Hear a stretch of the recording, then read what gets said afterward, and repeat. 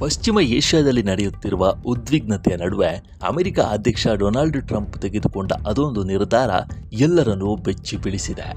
ಹಾರ್ಮುಜ್ ಜಲಸಂಧಿಯಲ್ಲಿ ಸಿಲುಕಿರುವ ಹಡಗುಗಳನ್ನು ರಕ್ಷಿಸಲು ಅಮೆರಿಕ ಪ್ರಾಜೆಕ್ಟ್ ಫ್ರೀಡಮ್ ಕಾರ್ಯಾಚರಣೆಯನ್ನು ಪ್ರಾರಂಭಿಸಿತ್ತು. ಕಾರ್ಯಾಚರಣೆ ಪ್ರಾರಂಭವಾಗಿ 3 ದಿನಗಳು ಕಳೆದಿರಲಿಲ್ಲ. ಅಷ್ಟರಲ್ಲಿ ಅದನ್ನು ತಾತ್ಕಾಲಿಕವಾಗಿ ಸ್ಥಗಿತಗೊಳಿಸಲಾಗಿದೆ.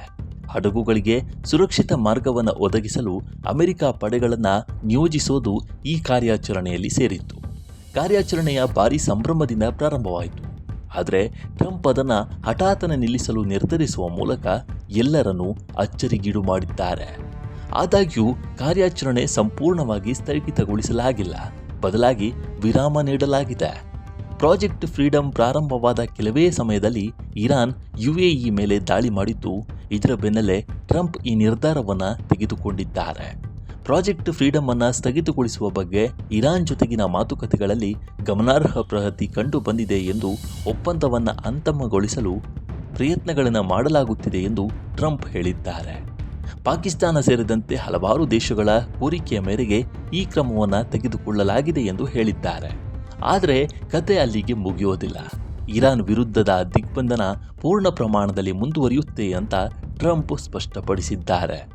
ಇದರರ್ಥ ಯಾವುದೇ ಇರಾನಿನ ಹಡಗುಗಳು ಹಾರ್ಮುಜ್ ಜಲಸಂಧಿಯನ್ನು ದಾಟಲು ಸಾಧ್ಯವಾಗೋದಿಲ್ಲ, ಅಥವಾ ಯಾವುದೇ ಹಡಗುಗಳು ಅರೇಬಿಯನ್ ಸಮುದ್ರದಿಂದ ಇರಾನ್ ತಲುಪಲು ಸಾಧ್ಯವಾಗೋದಿಲ್ಲ.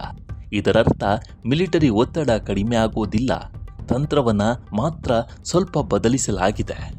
ಪ್ರಾಜೆಕ್ಟ್ ಫ್ರೀಡಮ್ ಪ್ರಾರಂಭವಾದಾಗಿನಿಂದ ಪರಿಸ್ಥಿತಿ ಹದಗೆಡಲು ಪ್ರಾರಂಭಿಸಿತು. ಕಾರ್ಯಾಚರಣೆಯಲ್ಲಿ ಹಸ್ತಕ್ಷೇಪ ಮಾಡದಂತೆ ಅಮೆರಿಕ ಈಗಾಗಲೇ ಇರಾನ್ಗೆ ಎಚ್ಚರಿಕೆ ನೀಡಿತ್ತು.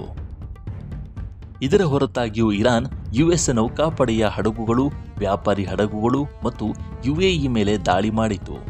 ಅಮೆರಿಕದ ಅಧಿಕಾರಿಗಳ ಪ್ರಕಾರ ಈ ದಾಳಿಗಳು ಪೂರ್ಣ ಪ್ರಮಾಣದ ಯುದ್ಧವನ್ನು ಪ್ರಚೋದಿಸುವಷ್ಟು ದೊಡ್ಡದಾಗಿರಲಿಲ್ಲ, ಆದರೆ ಕದನ ವಿರಾಮವು ತುಂಬಾ ದುರ್ಬಲ ಸ್ಥಿತಿಯಲ್ಲಿದೆ ಎಂದು ಅವರು ಸ್ಪಷ್ಟಪಡಿಸಿದ್ದಾರೆ. ರಕ್ಷಣಾ ಕಾರ್ಯದರ್ಶಿ ಪೀಟ್ ಹೆಗ್ಸೆತ್ ಮತ್ತು ಜಂಟಿ ಮುಖ್ಯಸ್ಥರ ಅಧ್ಯಕ್ಷರು ಸಹ ಪರಿಸ್ಥಿತಿ ನಿಯಂತ್ರಣದಲ್ಲಿದೆ ಎಂದು ಒಪ್ಪಿಕೊಂಡರು. ಆದರೆ ಅಪಾಯವನ್ನು ತಪ್ಪಿಸಲಾಗಲಿಲ್ಲ. ಇದು ಅಮೆರಿಕದ ನಿರೀಕ್ಷೆಗಳಿಗೆ ವಿರುದ್ಧವಾಗಿ ಇರಾನ್ ದಾಳಿ ಮಾಡಿದೆ ಎಂಬ ಭಯವನ್ನು ಹುಟ್ಟುಹಾಕುತ್ತೆ. ಇದು ಟ್ರಂಪ್ ಕಾರ್ಯಾಚರಣೆಯನ್ನು ರದ್ದುಗೊಳಿಸಲು ಪ್ರೇರೇಪಿಸಿತು. ಈ ಕಾರ್ಯಾಚರಣೆಯ ಅತಿ ದೊಡ್ಡ ಪರಿಣಾಮ ಸಮುದ್ರ ವ್ಯಾಪಾರದ ಮೇಲೆ ಆಗಿದೆ. 100 ಹಡಗುಗಳು ಹಾರ್ಮುಜ್ ಮೂಲಕ ಹಾದು ಹೋಗಲು ಕಾಯುತ್ತಿವೆ ಎಂದು ಅಮೆರಿಕ ಹೇಳಿಕೊಂಡಿದೆ. ಆದರೆ ವಾಸ್ತವ ಅಂದರೆ ಹೆಚ್ಚಿನ ಹಡಗು ಕಂಪನಿಗಳು ಇನ್ನೂ ಅಪಾಯವನ್ನು ಎದುರಿಸಲು ಸಿದ್ಧವಿಲ್ಲ. ಮೊದಲ ದಿನ ಕೇವಲ 2 US ಧ್ವಜ ಹೊಂದಿರುವ ಹಡಗುಗಳು ಹಾದು ಹೋದವು. 2ನೇ ದಿನ ಯಾವುದೇ ಹಡಗುಗಳು ಮುಂದೆ ಸಾಗಲಿಲ್ಲ. ಇದರರ್ಥ ಅಮೆರಿಕ ನೆಲದ ಮೇಲೆ ಹಕ್ಕು ಸಾಧಿಸುತ್ತಿದ್ದರೂ ಸಮುದ್ರದಲ್ಲಿ ನಂಬಿಕೆ ಅಸ್ಪಷ್ಟವಾಗಿಯೇ ಉಳಿದಿದೆ. ಇದರ ಮಧ್ಯೆ ಮತ್ತೊಂದು ಪ್ರಮುಖ ಬೆದರಿಕೆ ಕಂಡುಬಂದಿದೆ. ಮಂಗಳವಾರ ಹಾರ್ಮುಜ್ನಲ್ಲಿ ಸರಕು ಹಡಗನ್ನು ಗುರುತಿಸಲಾಗದ ಪ್ರೊಜೆಕ್ಟೈಲ್ನಿಂದ ಗುರಿಯಾಗಿಸಲಾಗಿದೆ. ಪರಿಸ್ಥಿತಿ ಅಸ್ಥಿರವಾಗಿದೆ ಮತ್ತು ಯಾವುದೇ ಸಮಯದಲ್ಲಿ ಉಲ್ಬಣಗೊಳ್ಳಬಹುದು ಎಂದು ಇದು ಸ್ಪಷ್ಟವಾಗಿ ತೋರಿಸುತ್ತೆ.